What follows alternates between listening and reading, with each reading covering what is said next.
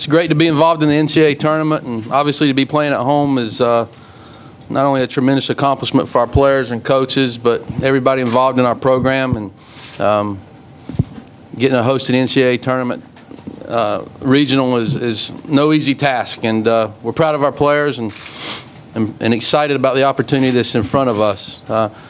We know that Campbell's a really, really good team that's won a lot of games, and they're going to come in here expecting to win. They won 50-plus games a year ago, obviously 40-plus this year. They're very, very well coached. They're a team that's going to expect to win. It doesn't really matter who they're playing, and we understand that. And our guys are excited about the challenge. We know that the other three teams in this regional, or all three of them, are capable of beating us if we don't play the way we're capable of playing. So we know we have a tall order in front of us, and we're excited about the challenge and the opportunity to be playing in the NCAA tournament, to be playing at home, to be playing in front of our fans, and we're excited about getting the tournament started. Being able to swing the bats consistently, how much difference will it help if Schrock and Bright are healthy enough to really contribute? You know what Schrock can do, but also to avoid those pitfalls like Grayson talked about, where you seem to scuffle some games, some series. Well, we hadn't scuffled too much when those two guys have been in the lineup. We had to try to piecemeal some things together when they weren't in there. And we certainly are a little bit less formidable offensively without Max in there and Connor. They're two of our better hitters. I think Max is close to being 100%, so we're excited about getting him in there. And Connor, I don't think he's 100% yet, but I think he's ready to go. So even if they don't perform, even if they don't get hits, I think it boosts our morale because we have some of our better players in the lineup.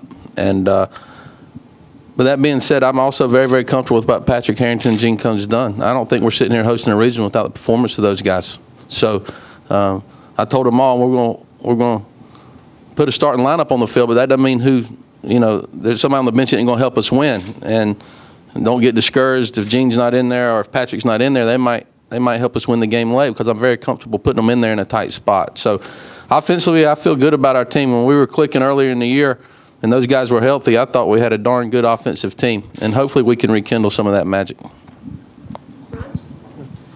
Coach, you had talked about after a little bit of a flat performance in Hoover, coming back and really kind of putting the wheels to the grindstone from a practice standpoint and getting those guys fired up where they're ready to go take it out on somebody. Did that happen?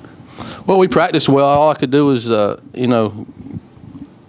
set some practices up, practice hard, come down here with a good attitude, try to get better, rest, get our injured guys healthy. I think we accomplished all those things. That doesn't guarantee you you're going to play well tomorrow, but I think we're as prepared as we possibly can be. We're fresh. Our pitchers are ready to go. We've gotten better, I think, in the week of practice, and I think our mind's in the right spot. But it's still, whether you've had a bad week of practice, a good week of practice, it's still what goes on between the white lines once the first pitch is thrown. And we've prepared as well and as hard as we could have prepared. So, and I think from a confidence standpoint, that puts them at a good spot, our team in a good spot as far as when the first pitch is thrown tomorrow night.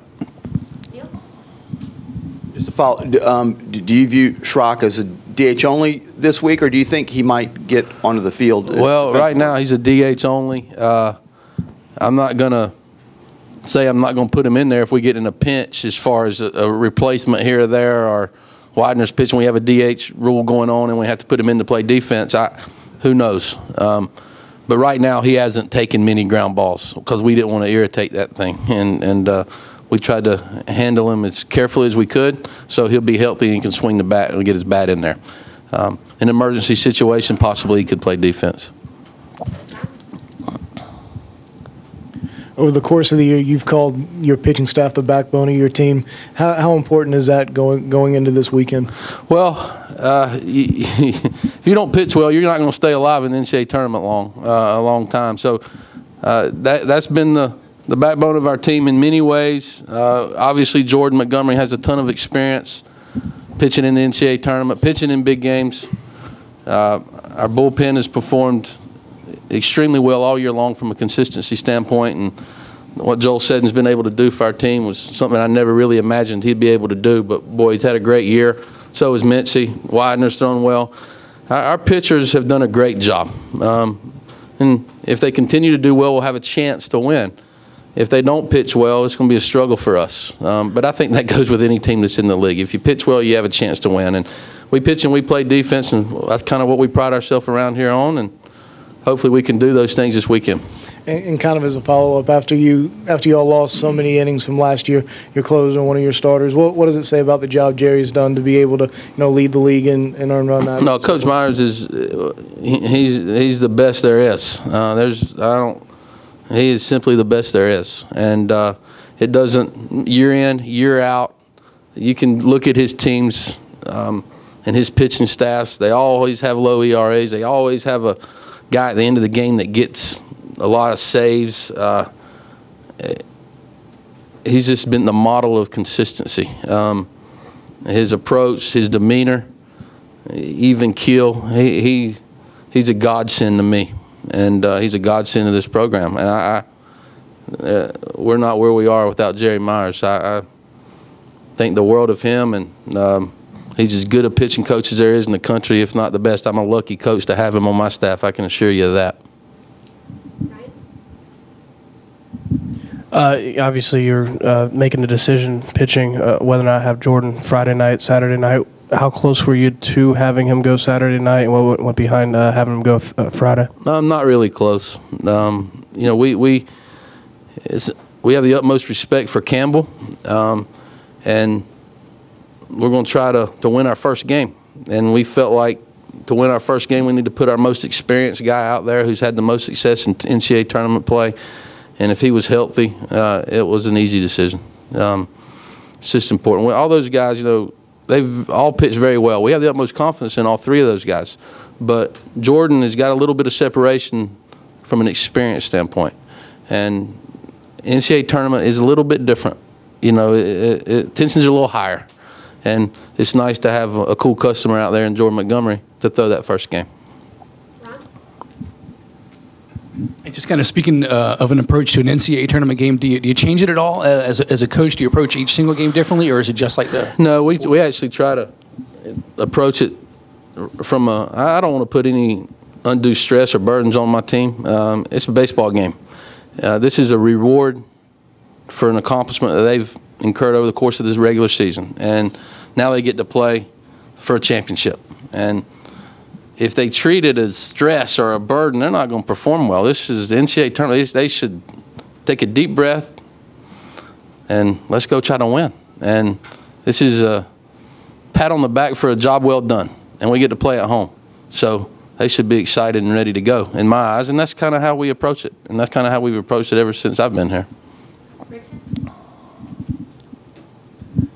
And, Coach, just going back to the decision to throw Jordan tomorrow, does it maybe help the team from a nerve standpoint just to know that you've got a guy out there for the first game that's been in all those big games in Omaha and things like that? Well, that was part of maybe that was part of our thinking, that, he kind of puts the team at ease a little bit. But I think our team feels comfortable with all our guys. Our players, they aren't smart enough to realize that, I don't think. I'm going to take a deep breath and relax because Jordan's on the mound. They ain't that smart. It's just... I think maybe I feel that way, from time to time. But ultimately, our players are comfortable with our guys. Jordan has a way of he calms rough waters. Even when we get behind or even when we get in a pinch, he just has a way of keeping his team in the game, and he's consistently done that here. And there's not a pitcher in the country, I don't think, that's pitched on a bigger stage as many times as Jordan Montgomery. It's not just one time. He's pitched, since his freshman year, he's pitched in the biggest games of the season each and every year for our team.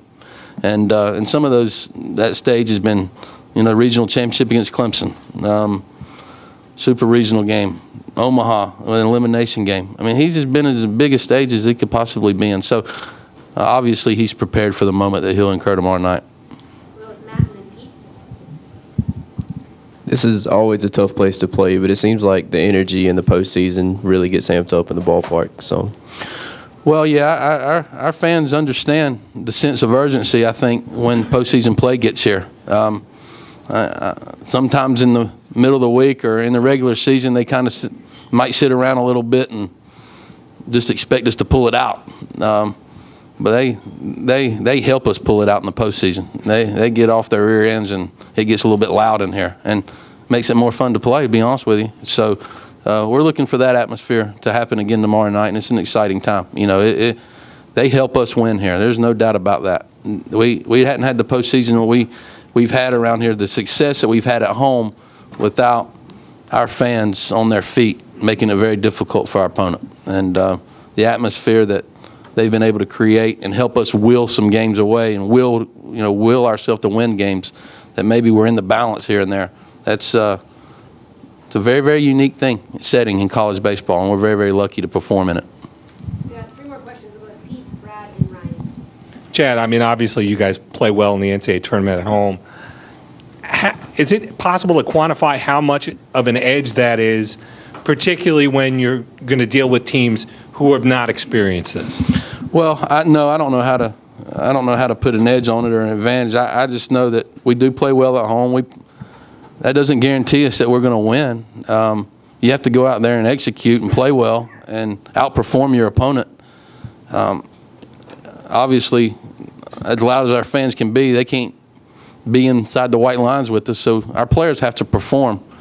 But obviously, I think around the nation in college baseball, especially SEC teams that host, because I think our environments are unique, the home field advantages and the percentage of victory of hosting postseason games is a very high one.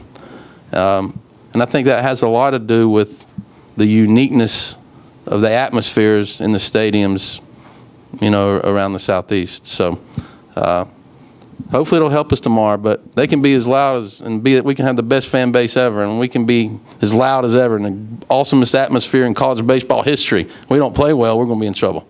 And I think our players understand that.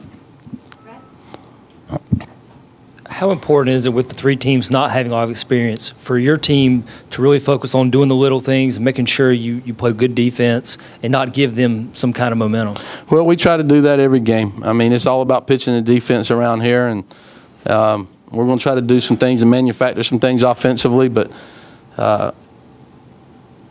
if we pitch and we play D, we're going to be in the game. That's just kind of what we pride. We're not just all of a sudden picking up that motto just because it's tournament time. We've tried to pitch and play defense all year long. For the most part, we have. Our fielding percentage is a high one, and our ERA obviously is very, very low. So we've pitched and played D pretty much all year long. That gives us a chance to win. And for the most part, I guess out of the 58 games we've played, we've been in about every game except 2. You know, so we've had a chance to win about all the games that we've been in, and that's because we pitch and play D. Now we're going to need to be consistent with that and continue to do it in postseason play because the stakes are higher and anxiety is a little bit higher. So we got to just make sure we continue to do the things that we've done, have fun playing the game, and when adversity strikes, handle it. And we always talk around here about postseason play. The teams that have the most fun, that handle adversity the best, tends to be the teams that play the longest, and I believe in that. Ryan, and then John, I didn't see your hands, so we'll get you for the last question. 2 quick questions. First, when you have a team like yourself that's been here every single year and 3 teams that haven't been here in more than a decade and even longer, how would you measure the importance of experience on this level? I'm not smart enough to measure I feel good knowing that our players have experienced this type of, that they've been in the postseason play before. I think it helps them psychologically at some point, but you know, we went in the College World Series in 2010 and none of those players had been there before, and we won the dang thing. So if you go and play well, you have a chance to win. If Campbell comes in here and plays well and we don't, they're going to have a chance to win. If they play well and we play well, they still may have a chance to win. Hey, the teams, college baseball is very, very evenly matched, and a lot of parity, and those guys have won a lot of games. All 3 teams in this regional has won a lot of games. So it's going to come down to who out executes who. I think every team probably, with the schedule that they've played, is prepared to play, prepared to win. Now let's see who executes on a big stage, and hopefully the experience part that you mentioned will help us do that. You talk about how special this place is to play in the postseason, and seeing the crowd help will a game away. I was wondering if more specifically you can share some of your memories of that over the past couple of years here. Well, you know, there's just a feeling that you get when it gets loud and the momentum it creates in your dugout. I mean, there's been some memorable games. I don't know if I want to single out any because that might minimize the ones that I forget or don't mention. But, you know, obviously the super regional games here, I mean, the atmospheres were second to none. You know, the regional championship games here, you know, against Clemson when they were here, you couldn't hear yourself think when it was so loud. And obviously that creates some momentum. It creates excitement. I think your players tend to play a little bit better when that type of atmosphere, they're playing in front of that type of atmosphere. So, you know, it's a neat place to play. And it's very, very unique for college baseball. And our players really, really enjoy it. But we owe a lot of this, our postseason success. We hadn't had any postseason success yet this year, but in the past, the tradition of this program, we owe a lot of it to our fans. Last question, John. Kind of a minor point, but the 3 teams that come in have been hit by a pitch over 300 times, I think, and y'all are sitting down about 30 on the season. Do you have your pitchers attack any different way, or just go out there and kind of pitch their game? You know, that's a good question. You know, a couple years ago, the NCAA put out there about the hit by pitch thing. They put out there that you have to make it was a point of emphasis among the umpires that they had to make a concerted effort, the hitter, to get out of the way of the pitch. And I think the last couple of years, maybe that's been a little bit lost. And the reason I say that is, and I'm not, there's a lot of teams in our league that use the hit by pitch as an offensive play. And it's just my opinion that, you know, when you get hit by a pitch, it should be a ball that's in the other batter's box, or it should be a ball that got away from a pitcher. And even in some of the games that I scouted among teams in our conference, sometimes, you know, the hitter's elbow's out over the plate, it's almost a borderline strike, and it's hitting him in the elbow, and they're getting awarded first base. I don't think that's fair or right. I don't think the hit by pitch should be an offensive play. I think it should be a mistake because the ball got away from the pitcher and it hit him. Okay, you get first base because the pitcher made a mistake. Well, the pitcher doesn't make a mistake when the ball's that far in and it's hitting an elbow. That's not a mistake. And a hitter shouldn't be awarded first base for that. That being said, I hadn't watched video on the teams that were playing. I'm just looking at the stats. It was an interesting take. I mean, you know, a couple years ago, the hit by pitch was a point of emphasis for umpires, and you know, maybe next year at the coaches convention we'll revisit that. You know, and maybe because the ball changed, maybe because it's been so hard to score, maybe the umpires have let it go a little bit more. Heck, I don't know. But obviously these teams do a great job of it, and it's within the rules, so I commend them for it.